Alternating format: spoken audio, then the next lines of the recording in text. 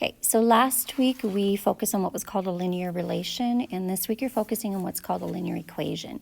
Actually, for the next few weeks, we're going to be focusing on linear equations. So it's going to be the same job every single day, okay? In grades 6 through 8, you learned how to solve an addition, subtraction, multiplication, division, and actually a two-step equation. So this whole week should be review for you. You're still going to do it because in order for you to do well at the more complex linear equations, you have to know how to solve the basic equations. So think about what it means to solve an equation. So when I say 2x minus 5 equals 7, I'm saying 2 times something, some unknown number, take away 5 is equal to 7. So I'm trying to figure out what doubling something and subtracting 5 is equal to 7. Now I know most of you could look at that and say, well, I already know what the answer is. It's 6, okay? Because if you double 6, you get 12, and 12 subtract 5 equals 7. Yes, that's true. You can look at most of these and tell exactly what the answer is, but we want to make sure that you have some kind of an operation so that when the equations get more difficult with negatives, fractions, decimals, that you know exactly how to get that x by itself or to isolate the x. The videos that I have on OneNote from Math Antics, the gentleman who does that, those 2 videos does an excellent job with the balance scales.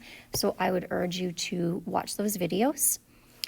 So we're going to look at x plus 3 equals 5. And you can see that I have kind of a visual of a balance scale for you. And I want you to think about what that means. It means that you've got some little unknown mass. When you add 3 balls to it, it's the same mass as having those 5 balls on the right-hand side.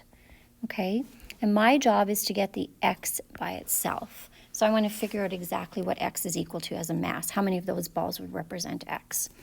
So what I could do is if I want to get x by itself, all I really have to do is pull these 3 red balls off. But if I pull those 3 red balls off, I'm going to have to pull 3 off the other side. It doesn't matter which 3. I just need to pull 3 off. And what you should notice, if I pull 3 off the left first without pulling 3 off the right, the scale is going to the left-hand side is going to go up because it weighs less, and the right-hand side is going to go down because it's heavier. So if I pull 3 off the other side, it just rebalances. So if I start with x plus 3 equals 5, and I only pull 3 off that side, it's not balanced anymore. So what I would need to do is to take 3 off the other side. And what's going to happen is those 2 3s will zero out because a positive subtract. The positive 3 subtract 3 is going to give me nothing. And I end up with x is equal to 2, which is exactly what the scale on the side shows me. There's my x, and there's my 2.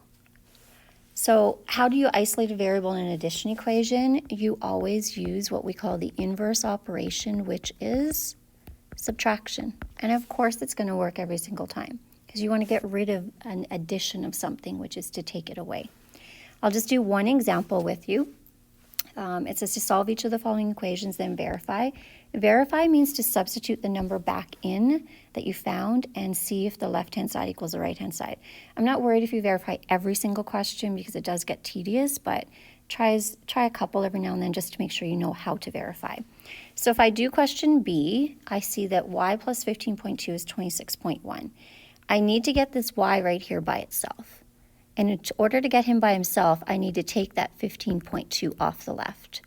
But again, if you take the 15.2 off the left, the equation is not balanced anymore. So you have to take 15.2 off the right. The 15.2s will go away. They zero out. And you end up with y is equal to, you can use your calculator if you want, 10.9. So y equals 10.9 is what I think the value of y is. But I'm not going to know for sure until I verify it. And to verify, like I said, all you're basically doing is subbing the number in place of the y. So my equation started out being y plus 15.2, y plus 15.2 is equal to 26.1. And you're going to substitute what we think y is, which is 10.9. So we're going to evaluate the left-hand side. So if you type 10.9 plus 15.2 in your calculator, you will get 26.1. So you notice that the left-hand side value and the right-hand side value is the same, which means I know that this is true for the value of y equals 10.9. So that means I say left-hand side equals right-hand side. And you're done. Your second type of equation that I want you to work in the first lesson is your subtraction equations. So think about if you had something like a subtract 2 is equal to 3. You want to get the a by itself, but right now you're subtracting 2 from it. So the inverse operation of subtracting 2 is adding 2. So if I add 2 to the left, I'm going to have to add 2 to the right. The minus 2 plus 2, zeros out, they go away, and I end up with a is equal to 5. And think about verifying that. 5 subtract 2 is indeed 3. And of course, it's going to work every single time because the inverse operation of subtraction is addition. So when it's an addition equation, you subtract, and when it's a subtraction equation, you add. So if you take a look at, again, solve each of the following equations, verify your solutions. Let's try C again. N subtract a half is negative 1/3. I want to get that n by itself. And to get the n by itself, right now it's being subtracting minus or taking away a half. I would have to add a half. But if I add a half to the left, I also have to add a half to the right. The negative 1/2 plus 1/2 will zero out, and I will end up with n is equal to, you can type this into your calculator, negative 1/3 plus 1/2, and you should get 1/6. And that's it. That's how you solve a subtraction equation. So if it's an addition equation, you subtract. If it's a subtraction equation, you add. Try your turn on your own. You can come back here and check your answers. There's just 6 of them. I'm not really giving you homework on this, just basically the your turn. This is what I would do in class because this is an equation that you would have done in grade 6, 7, and 8. Your next type of equations are multiplication and division. So I think you should be able to do the add, subtract, multiply, and divide all in one day. It shouldn't take you more than an hour. Again, if it's an addition equation, you subtract. If it's a subtraction equation, you add. So what do you think about if it's a multiplication equation, like 3x is equal to 12? That means 3 times some unknown is equal to 12.